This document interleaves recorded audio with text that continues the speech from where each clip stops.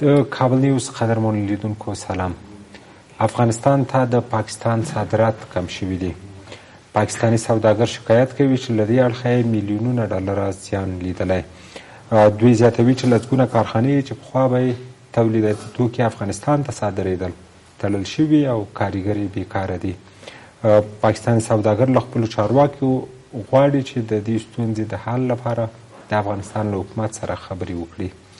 نننی ډایالوګ کې په همدې موضوع بحث لرو. په دې بحث کې راسره د پوهنتون استاد ښاغلی قیس محمدي میلمه دی. محمدي صاحب، بحث ته په خیر راغلی.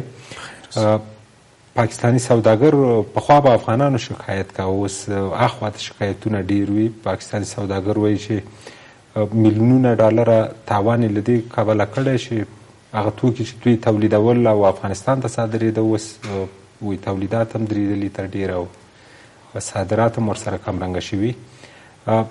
دوی دا اندېښنه هم ښودلې وه پخوا څو میاشتې مخکې چې که وضعیت همدغسې دوام کوي کیدای شي دواړو هېوادونو ترمنځ سوداګري بیخي صفر ته راورسېږي. څومره په ځای ده دغه اندېښنه د دوی؟ بسم الله الرحمن الرحیم. السلام علیکم ورحمت الله وبرکاته. اگر چې د افغانستان صادرات پاکستان ته زیات شوي دي، تقریبا 22-23% زیاتوالی پکې لیدل شوی دی، خو بیا د هغې خوا نه زموږ واردات ډېر زیات کم شوي دي. تقریبا 10% شاوخوا کموالی پکې راغلی دی. خو دا د بحث وړ ده چې زموږ 20% زیاتېدل او د هغوی 10% کمېدل دا ډېر تفاوت لري سره. د هغوی 10% د 1 میلیارد نه حسابېږي چې هغه تقریبا 300 میلیونه داسې شاوخوا پیسې کېږي، او زمونږ بیا د 200 میلیونه نه حسابېږي. تاسو د هغوی دغه 10% وایي 10% په یو کال کې تقریبا کمی راغلی. که تېر 2-3 کاله وګورو بیا 50% بیا زیات دی. په 2009 کال کې چې تر ټولو زیات واردات موږ د پاکستان نه لرودل هغه تقریبا 3 میلیارد ته رسېده، چې هغه د افغانستان د مجموعي وارداتو تقریبا 50% دي. هغه کچه نن راغلی ده تقریبا 200 میلیونو ته. نو دا ډیره زیات کمه شوې ده او ډیر لوی کمښت ښیي. د دې دلیل موږ نه یو، د دې دلیل په خپله د پاکستان په پالیسیانو کې ده، د پاکستان په اقتصادي لیدلوري کې ده، او د دوی د هغو سیاسي او اقتصادي ستراتیژیانو له اثره دی چې دوی زموږ دپاره دام پکې جوړ کړی و. نو اوس دوی خپله پکې نښتي دي. مثلا اوله تر ټولو مهمه دا ده چې هیڅ ضرور نه وله د تورخم لارې نه دی د یوې فشار د وسیلې په صفت استفاده وشي، او معلومه ده چې تاسو کله د دې لارې نه د فشار د وسیلې په صفت استفاده کوئ نو موږ به ځان د نورې لارې لټوو، او دا نورې لارې ولټول شلې سوداګري پې باندې کېږي، تګ راتګ پې باندې شته دی، اگر چې کم دی، اگر چې داسې لږ کمپایني غوندې ښکاري، خو لارې اوس جوړې شوي دي، قراردادونه شوي دي. که 2-3 کالو کې دې نه پوره استفاده نه کېږي نو 10-15 کالو کې اتمن ترې نه کېږي. پاکستان په خپلو سیاستونو نه یوازې دا چې ځان ته یې تاوان وړ او موږ ته یې ګټه هم راورسوله، موږ د نورو لارو په لټون شو او یو څه لارې راپیدا شوې. دقیقا افغانستان له دغه هېواد سره د سوداګرۍ ګډه خونه هم لري. افغانستان او پاکستان د ترانزیټ برخه کې افتا تړون دی، کمیسیونونه دي، ولسمشر هم سفر کړی و. ستونزې ولې نه حل کېږي د افغانستان او پاکستان ترمنځ سوداګرۍ برخه؟ د یوې خوا نه دغه د دواړو هیوادونو ترمنځ همکاریانې او د دې صدمه لیدل دي. د بلې خوا نه د پاکستان هغه ستراتیژیګانې دي چې دوی غوښتل چې افغانستان یوې ګوشې ته کړي. مثلا په TIR سازمان کې موږ عضویت لرو، خو پاکستان لا تر اوسه پورې هم د TIR سازمان د اصولو پر اساس افغانستان ته لاره نه ورکوي او افغانستان ته سهولتونه نه برابروي، بلکې خنډونه رامنځته کوي. یا مثلا دواړه هیوادونه د WTO غړیتوب لري، خو لا تر اوسه پورې هم پاکستان هغه خپل صلاحیتونه او مسؤلیتونه چې ورسره دي د هغې نه د موږ په ګټه استفاده نه کوي. یا مثلا د CPEC په لاره کې دا به د پاکستان ښه یو حرکت و که دوی هم د تورخم ورسره وصل کړی وای، افغانستان به هم د CPEC سره وصل و. ولې دوی دا کار ونه کړ. د دوی همواره کوشش دا و چې افغانستان د یو ترانزیتي هیواد ته نه بدلیږي، ځکه چې د افغانستان ترانزیت کېدل په مفهوم د دې دی چې په دې منطقه کې به ورو ورو ثبات راځي، ولې ثبات خو نه غواړي دا خلک. نو دغه ټول کارونه باعث د دې شول چې نن د پاکستانی سوداګرو وضعیت دې حالت ته ورسیږي چې د خپل حکومت نه غواړي چې زمونږ د حکومت سره د خبرې وکړي. زه وایم چې راځئ زمونږ حکومت سره خبرې مه کوئ.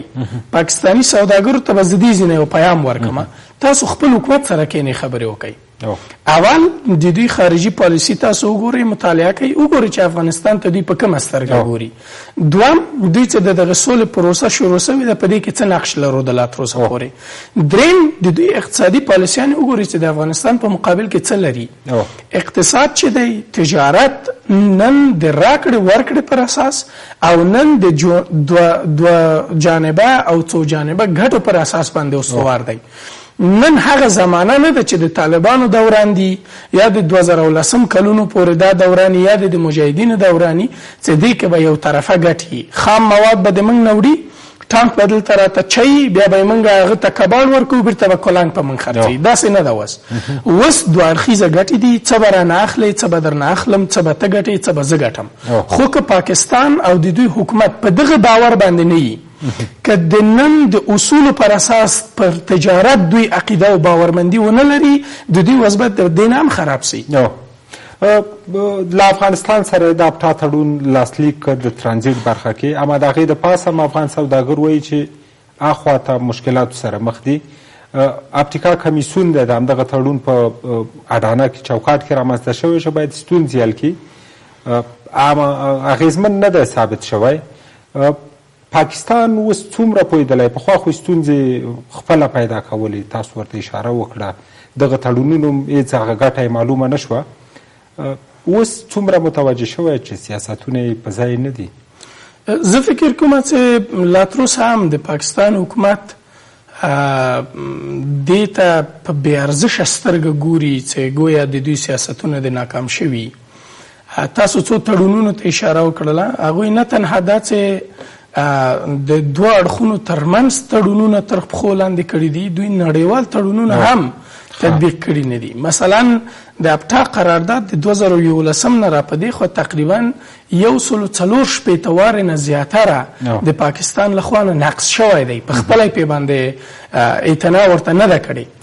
د بل خوا نه زمونږ د WTO، د TIR، د ایکو سازمان، د سافټا سازمان، د سارک سازمان چې په دغه منطقه کې دي، د دې هغه طرز العملونو ته، د دوی هغه برخلیکونو ته چې په آخر د هر جلسې کې صادر شوي دي، دوی ته دوی اعتنا نه ده کړې، دا کار نه کوي. نو زه فکر نه کوم چې یا د منطقوي قراردادونه او غونډې او یا د دوه جانبه قراردادونه او غونډې او حتی نړیوال غونډې او قراردادونه د دوی ته د قناعت ورکړي چې دوی د خپل تجارتي رویه د افغانستان سره بدله کړي، بلکې د حل لاره دا ده چې دغه فشارونه چې نن پې باندې راغلي دي دې ته د ادامه ورکړلی شي. دا فشار که د هند لخوا نه دی، که د افغانستان لخوا نه دی، که د ایران لخوا نه دی، حتی که د یو تعداد فرامنطقه‌ي هیوادونو لخوا نه دی، تر هغه چې دا دومره فشار واخلي چې د پاکستان ملت د خپل د حکومت نه ځواب وغواړي او دوی سره ځواب یې همدا ده چې اوس خپل سوداګر ورته وایي چې تاسو خبرې وکړئ او دا ستونزې د خبرو نه حل کړئ. عمران خان چې کله واک ته رسېده یې چوکۍ نه وه اشغال کړې، د هغه وخت کې د غیر رسمي خبرو کې په لومړیو کې چې انتخابات وګټل، دا ژمنه یې وکړه چې افغانستان سره به سوداګریزې اړیکې له سره رغو، او څو میاشتې مخکې بیا وویل چې تورخم دروازه باید 40 ساعته پرانیستې وي. نو دا د دې ښودنه نه کوي چې دوی اوس متوجه شوي دي، ځکه اقتصاد هم ډېر خرابه دی، اوس د چین او سعودي عربستان او عربي هیوادونو سفرونو باندې ګرځي او له هغوی پیسې غواړي. که تاسې د پاکستان ملي اقتصاد وضعیت ته وګورئ او د مشخصو شاخصونو ته وګورئ، نو تاسو ته معلومیږي چې وضعیت ډېر خراب دی. مثلا په پاکستان کې بیکاري مخ په لوړېدو ده، د پاکستان د پیسو ارزښت مخ په راکوزېدو دی او سختې ضربې خوړلې دي. د پاکستان ملي قرضه د حد نه زیاته شوې ده، حتی IMF دوی ته قرضه نه ورکوي، دوی ته قرضه ورکوي که دوی ریفورمونه راولي، خو چون د دوی د مالیاتو د ټولونو سیستم په دغه نامنظم وخت کې دی، نو دوی د ریفورمونه نشي راوستلی، ځکه هغې قرضه نشي اخیستلی. نو دوی تر دې حده پورې مجبور شوي دي چې باید د عربانو ډریوري وکړي او د هغې نه دوی پیسې راواخلي. ولې دا د حل لارې نه دي، دا نشي کولی د دوی اقتصاد د دې وضعیت نه وباسي. که تاسو د پاکستان او هند ترمنځ په دغه لنډه جګړه کې د برخورد ته وګورئ، نو معلومیږي چې پاکستان د یو میاشت جنگ طاقت هم نه لري، نشي کولی جنگ وکړي. د پاکستان ریزرو یا ذخایر د خارجي پیسو ډیر زیات راټیټ شوي دي. دوی حتی د خپلو پخوانیو قرضو سود نن نشي ورکولی نړیوالو بانکونو ته او نړیوالو اداراتو ته. که دغه وضعیت لږ نورم دوام وکړي نو د اقتصادي له نظره پاکستان مات دی. د دې د حل لاره دا ده چې دوی د دې ټولې منطقې سره جوړ سي. خو زمونږ جوړښت د افغانستان لخوا نه جوړښت اقتصادي جوړښت نه ده، زمونږ لخوا نه جوړښت سیاسي ده. منګه د پاکستان سره په اقتصادي روابطو کې مشکل نه لرو. دوی اجناس چې کله منګه یاخلو کیفیت به تضمینېږي، کیفیت به لوړېږي، په هغه سیستم باندې به راځي. ولې زمونږ مشکل په سیاسي طریقو کې دی. دوی سره سیاسي ارتباطات او مشکلات موجود دي، دغه سیاسي مشکلات دوی حل کړي، د مشکلات خپله حلیږي. خو که دا کار نه کوي نو بیا لري به نه وي چې د پاکستان اقتصادي فعلي بحران دی، دوی ته په سیاسي او اجتماعي او په نورو بحرانونو باندې له افغانستان سره د سوداګرۍ د کچې ټیټېدو به د دوی ملي عواید هم حتما زیانمن کړي وي. دقیقا دوی لا تر ننه پورې مشکل دا دی چې اوس مثلا که د $1 قیمت مخکې 100 کلدارې و او دا نن 140 یا 150 کلدارو ته راغلی دی، نو که د قرضوي مکلفیت فرضاً نړیوال بانک ته مخکې $1 و، نو ده به د مالیو له طریق نه 100 کلدارې راټولې کړل، $1 به یې ورکړ.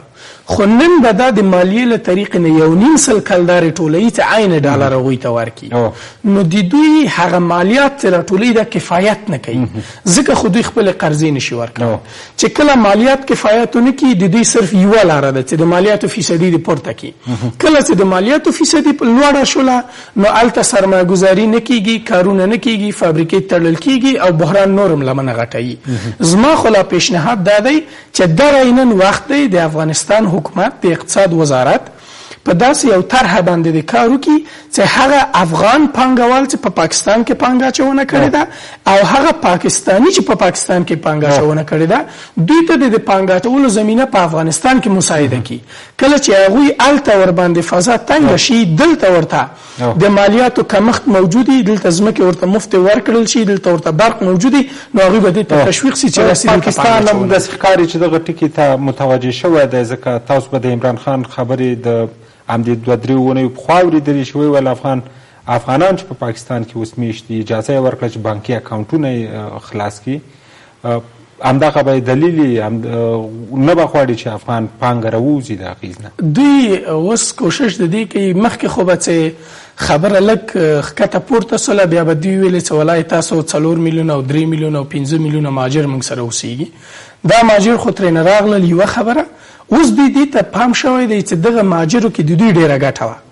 دې مهاجرو هلته کاروبارونه لرودل، فابریکې لرودلې، پاکستانیانو ته یې کارونه ورکړي ول، افغانانو ته یې کارونه ورکړي ول. دا پیښور ټول آباد په دغه مهاجرو باندې و، دا ټوله پښتونخوا آباده په دې مهاجرو باندې وله. ولې اوس چې دا مهاجر ترېنه ورو ورو راغلي دي نو هلته 2 رقمه مشکلات راغلي. یو د پانګه اچونې مشکل چې ما پانګه لروده راټوله مې کړله ترېنه، بل د تقاضا مشکل، په مارکیټ کې تقاضا نشته، د جنس به څوک اخلي، 5 میلیونه نفوس ترېنه راکم شوی، دا بسته څو ولایتونه ایالتونه د دې شنډ کېږي ذاتي. نو دوی اوس کوشش د دې کوي هغه څه مهاجر چې هلته پاتې دي دا معمولا هغه کسان دي چې ډېره پانګه لري. یو کوشش خو دا دی چې دوی دې هلته وساتي، د بلې خوا نه به دوی ورو ورو غیر قانوني نورې لارې جوړوي چې د افغانستان نه د هم پانګه انتقال کړي هلته پاکستان کې د په دې باندې پانګه اچونه وسي.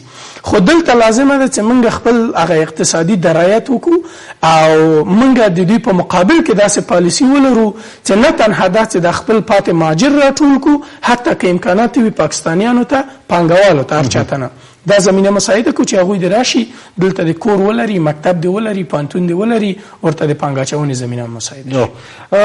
د افغانستان او پاکستان د تجارت د بیلانس کسر ډیرو پخوا، اوس دغه یو څه راکم شوی. تاسو مخکې وویل چې له افغانستانه صادرات ډیر شوي دي. د افغانستان د حکومت تګلارې دي که څه لامل شوی؟ ځکه ستونزې باید دواړه خواته وای، د افغانستان هم باید، ځکه پخوا پاکستان دا ستونزې پیدا کولې، د دغو ستونزو سره سره څنګه زموږ صادرات ډیر شوي پاکستان؟ دې کې څو دلایل موجود دي. د یوې خوا د افغانستان د خلکو اراده چې دوی د دې اراده لرودله چې نور نو پاکستانی محصولات نه استعمالوي. تاسو معمولا اوس دوکانونو ته لاړ شئ، په هغه دوکانونو کې چې پخوا پاکستاني مربا، پاکستاني شیدې، پاکستاني هر څه ول، نن دا ټول بدل شوي دي په ایراني محصولاتو باندې. زمونږ مجموعي مقدار د وارداتو نه دی کم شوی. زمونږ واردات نن هم د 8 میلیارده ډالرو په شاوخوا کې دي، قانوني او غیر قانوني. صرف زمونږ د وارداتو منبع بدله شوې ده. اوس منبع پاکستان نه دی، منبع هند دی، منبع ایران دی، منبع چین دی، منبع نور هیوادونه دي. نو د یوې خوا نه دا تغییر راغلی دی. د بلې خوا نه چې د دې لپاره باید موږ د افغانستان د خلکو منندویي وکړو. د بلې خوا نه تاجرانو هم ولیدل چې په کوم هیواد کې سهولتونه ورته زیات دي، کوم ځای کې دوی زیات پازابیږي. پاکستان کې ډېر پازابېدل، هغوی هم هغې ځینې سوداګري بنده کړل، د نورو هیوادونو نه واردات شروع کړل. په دریمه برخه کې د پیسو د ارزش خبره ده. که تاسو پام یې په څو تیرو کلونو کې د $1 قیمت د 555 افغانۍ نه راکوز شو 15 افغانۍ ته. دغه کوزیدل د افغانۍ د ارزش باعث د دې کېږي چې زموږ صادرات د ورسره زیات شي. نو دا صادراتو زیاتېدل هم زموږ په نفع باندې ول. د بلې خوا نه د ایران کرنسي او پیسې چې وي د ډالرو په مقابل کې سخت راوغورځېدلې. دغه غورځېدل باعث د دې شول چې مخکې ما په $100 د ایران نه یو بوتل خرما مربا راوړله، وروسته 2 بوتله پې باندې راوړلی شم. نو زموږ واردات مرغوبه شول د ایران نه. بیا په آخر کې غواړم د افغانستان څو پالیسیانو ته هم اشاره وکړم. یو د صادراتو د تشویق پالیسي چې دې ډېر ښه کار وکړ. بل د افغانستان د محصولاتو لپاره بین المللي نمایشګاهګانې جوړول. دغه نندارتونونو کې د افغانستان محصولات ډېر ښه وځلېدل. د بلې خوا نه زموږ د حکومت هغه هڅې چې کوشش وکړه د همسایه هیوادونو سره نوې لارې پرانیزي او په دغه نوو لارو باندې تګ راتګ شروع شي. خصوصا د هندوستان پانګه اچونه په چابهار باندې چې دا به ورو ورو نور امیدونه دې ته زیات کی او پس له دې نه به تاسو یو بل تغییر وګورئ. لکه څنګه چې مخکې پاکستانی محصولات ایرانی ته تبدیل شول، اوس به ایرانی او چینایي محصولات ورو ورو هندي محصولات ته تبدیل. چابهار تر اوسه هغه فعالیت نه دی شروع کړی و دا اوس هم ازمیښتي ډول باندې شي نتیجې راځي. که دا فعالیږي له پاکستان سره به سوداګري طبعا نورم د افغانستان کمیږي. زه فکر نه کوم چې د پاکستان سره د زمونږ سوداګري کله صفر شي، مګر دا چې مونږ سرحدونه سره وتړو او بیا د تجارت غیر قانوني توګه ځان ته واخلي. ځکه چې په هر 2 هیوادونو ترمنځ داسې محصولات شته چې نور هیوادونه یا تولیدولی نشي یا دا چې دوی ډېر ښه تولیدوي. نو ځکه د دې امکانات چې دا صفر شي ډېر کم دي، ولې د دې کچه اصغري حد ته راټیټېدل چې هغه به د څو سوه میلیونه پاکستان نه پخوا څه راتله چې له چینه نشي راتلی وړو مثلا سره غوښه د سرخي وه د غوښه ټوکر یا تکه ور نور داسې څه و چې پاکستان په څو محصولاتو کې نړیوال محبوبیت لري. یو فارمسي محصولات دي چې پاکستان د هغې په تولید کې ښه لاس لري، اگر چې موږ ته ښه محصول نه رالیږي ولې دوی دوا تر امریکا، تر اروپا او تر استرالیا پورې رسېږي. بل د سمټو تولیدات دي چې پاکستان ډېر ښه سمټ تولیدوي او حتی تر آسیایي مرکزي هیوادونو تر روسیې او دې ځایونو پورې رسېږي. او داسې یو څه نور محصولات دوی لري چې د هغې په تولید کې ډېر ښه لاس لري. ضمناً موسمي محصولات او تولیدات هم شته دي. په بعضو موسمونو کې په افغانستان کې هغه میوه او ترکاري نه تولیدېږي، دوی تولیدوي چې هغه موږ ته رالیږي، بیا دلته موسم کېږي موږ یې هلته انتقالوو. نو دغه ضرورتي نقل انتقال د اجناسو به همیشه موجود وي دواړه هېوادونه. د وروستۍ پوښتنې په توګه تاسو ویل چې پاکستان نه غوښته چې افغانستان دې په ترانزیټي لاره باندې بدل شي او د دوی اندېښنه د همدې نه وه او دا څومره ستونزې چې دوی ایجادولې هدف یې همدا و چې دغه کار مخه ونیسي. اوس چې چابهار پرانیستل کېږي یا د لاجوردو لار ده، مرکزي اسیا هېوادونو سره نوې لارې پرانیستل کېږي، د افغانستان د چین د اورګاډي لیکه ده که هغه چېرته سم فعالیت شروع کوي، پاکستان به بیا خپل له دغه دریځه په شا کېږي حتما.